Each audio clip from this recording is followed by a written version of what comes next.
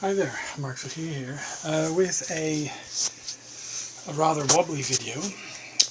This video is actually a response to Dave Webster, and I'm actually recording this on the Nexus, which doesn't have the best camera, but I thought, let's give it a try. Genres which you unfairly dismiss. And I actually made I made some comments, and I'm gonna use them as notes, actually. So, the genres that I actually dismiss are sports games, EA sports games. I have been playing quite a few sports games in my day. NHL, hockey, NHL hockey, of course. Golf, I like golf games, and racing games. I mean, I do like racing games, so you can consider them sports games. I do not buy every incarnation of every racing game, but I have a soft spot for certain franchises. EA games, FIFA, the other games just don't do it for me. Many iterations with slight changes to the gameplay, new teams. Nah, that's not for me. So I avoid them, and whenever I'm exposed to them, and I am over at a friend's place and they pop in FIFA and we play a bit. It's actually quite playable, but I would never buy them. It's I think it's more of a group thing, sports games, and in a group, then it's cool, but I won't buy them. What else?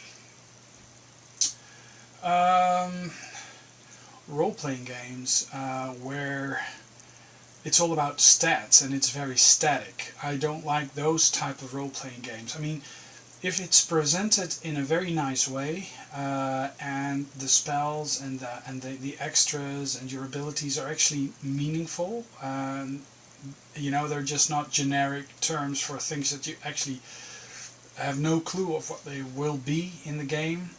That's something that I try to avoid, actually. But a turn-based role-playing game with a nice battle system. I'm game. That's not a big thing, but just stats and that's just not for me. So I've been avoiding those, and there are actually quite a few classic role-playing games that do have a lot of stats that are actually quite fun. So I unfairly dismiss those, and I think I should actually put some effort into actually playing those, because the gameplay experience is actually quite good. And then Memorgs, massive multiplayer online role-playing games. I think they're the vampires of the gaming industry. I mean, they suck the life right out of you. They suck every joy right out of you. For a lot of people, those are fun games, but they just, they cost way too much time. Perhaps if I was 12 and I didn't have a life, then they may be something for me, but, real life is just too busy for me. I just don't have the time to invest. I do love the graphics. I mean, and I see some footage of these World of Warcraft type of game, and I do like the environment, and I do like I do like the whole atmosphere and hanging out with people, chatting, which is actually quite fun, because actually I do that in Minecraft a lot. So. But that's with friends, and just a couple of friends on a small server, and no strangers, and that's a big thing. I mean, and I could translate it to online multiplayer games. I just don't do online multiplayer games with strangers. I do it I do it.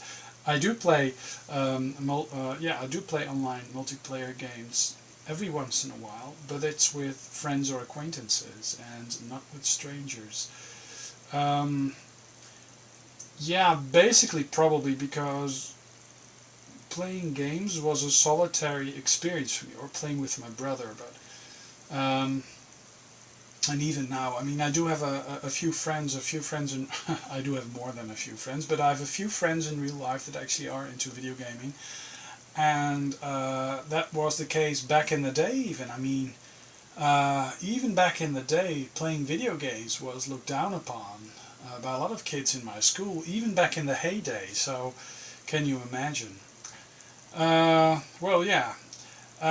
So those are the genres that I perhaps unfairly dismissed. I think there's a lot of good gameplay in sports games, and like Dave said, they don't play this. I mean, Mario plays the same levels all over again, and a good game of hockey or another sports.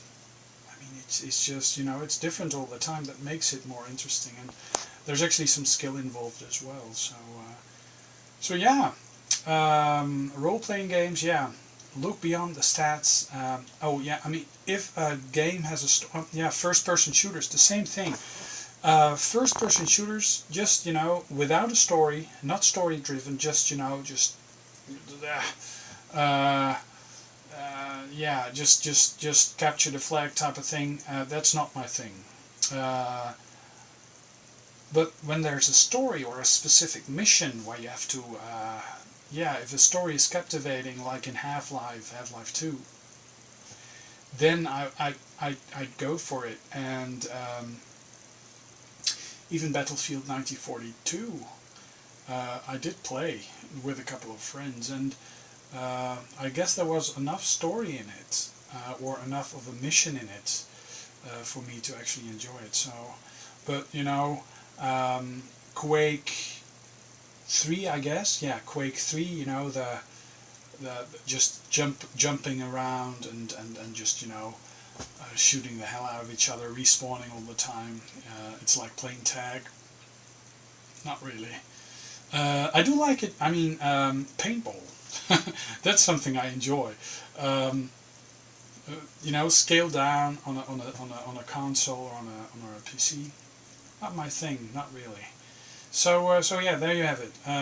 Well, I recorded this on my Nexus. I'm very curious after the frame rate and after the audio sync, and I'm trying to get to upload it straight onto YouTube from the Nexus. So I'm very curious if that will actually work. Okay, Mark signing off, and I'll be back with another video soon. And I have to press that button.